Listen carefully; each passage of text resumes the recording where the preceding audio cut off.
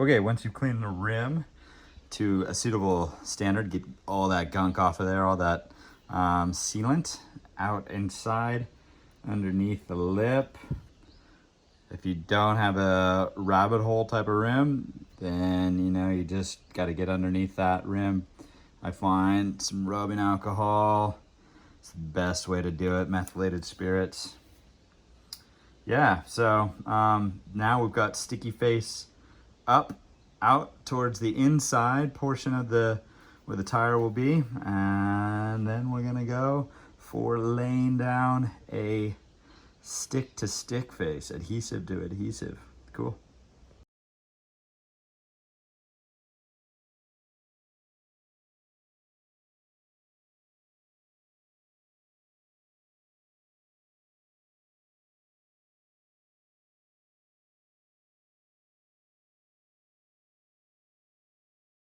Okay, cool. So we've done that.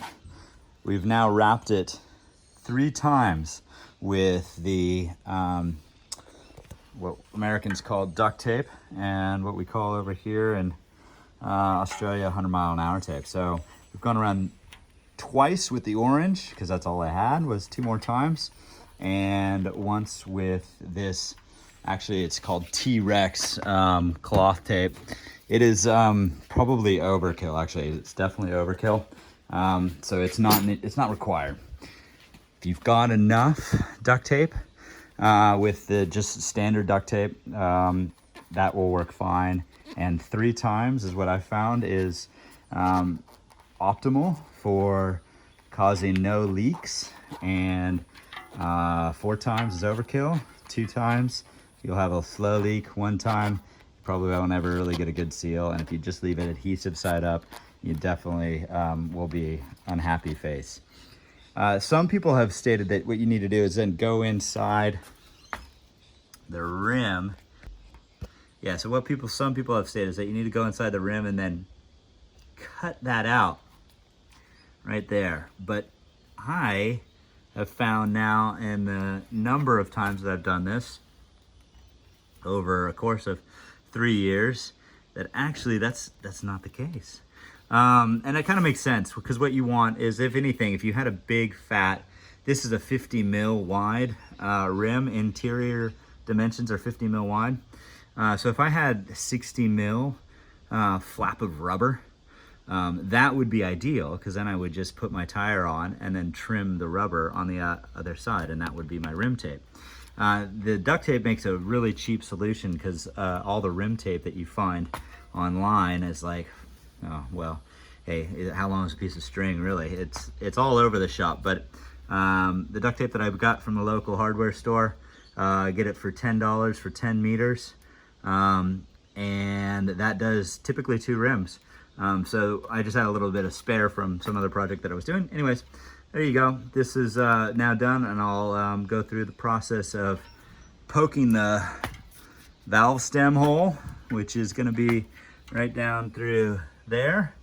Once I poke through the valve stem hole on, I'll put the tire on, put some some stands, no leaks, I think, something like that. Anyways, it's good stuff, and then I'll inflate the tire. Enjoy the rest of the video. I had another comment here about these valve stems. As you can see, this one, if I don't drop it, has been used now for 3 years. So waste not, want not, right? But it's definitely, you like look at it and you're like, oh man, it's got some wear on it, and you wonder if it's sealing right still. Yeah, I'm telling you, these things will last a long time. You can even add a little bit of tape there, a little bit of adhesive tape into that area if you think it's going to prevent you from getting a good seal. There's a number of different things. You could even have like sticky gum, just get some Hubba Bubba on there, chew that up, man, and put that around there with some stands, no tube, or whatever your preferred tubeless tire sealant is. These things are not great at focusing, are they? Anyways, yeah, so I'm just making that comment on there. Reuse these as often.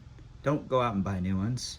Even though I totally prefer promoting more bicycling, products, I'm also not for throwing things into the landfill that don't need to be thrown in the landfill, and this doesn't. there's a whole bunch of ways that you can seal this tube if you were a little bit more creative. But if you want to just buy some good valve stems, I paid $30 for these, brand new, and they've lasted me for 3 years, and I think they'll last me for a lot longer. Cool. That's all I wanted to say about that. Yeah, so the valve stem's in there, and it worked out pretty well. The black, the thickness of the T-Rex tape definitely took a little bit of work to get it through. But now that it's in there, just also wanted to point out as a special note, with these, when you purchase these valve stems, they come with an O-ring, and that is probably where they fail most often, or what gives out most often. So you can always just buy a new O-ring. Little O-rings don't cost much money, and when they give out on you, that's pretty much what's going to give out. But you just put that right on there, slide that down like so, you're good to go. And then you have your, don't lose these little screws. But again, you can buy these replacement parts. You can find these hopefully at your local hardware store. Still carries you know, nuts, and you don't have to get these special black ones. You could you could find whatever fits and put it on there. As long as you got that O-ring on there, that's really gonna be able to provide the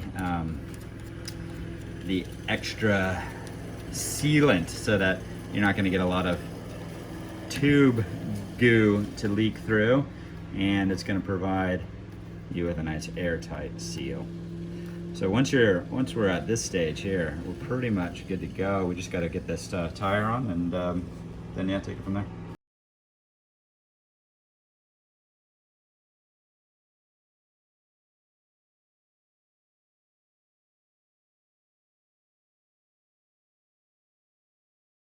Another important point when putting on your tire, well, two important points.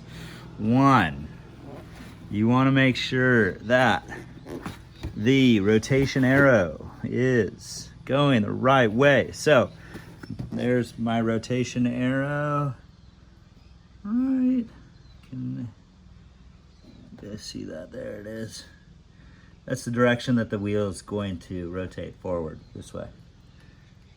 All right. Gonna go that way. Cool. So that's important. But also, I found that, one, buy a good tire. Pan-Eraser, Fat Be Nimble, not good. I just removed those from this. I haven't experimented around with all of those. This Maxxis Chronicle, very happy with these. The seal is extremely good, and you don't need to put clothespins all the way around the tire to effectively make a pinch. So what I'm doing here is I'm getting the bead of the tire as close to the edge of the rim as possible, so that when I add air in there, the bead does not have to travel very far, if at all, to actually butt up against the rim. And that is important. Otherwise, you will not get a seal, or you'll need a air compressor to actually get a seal for you, which the Pan-Eraser I had to do a couple of times because clothespins didn't work.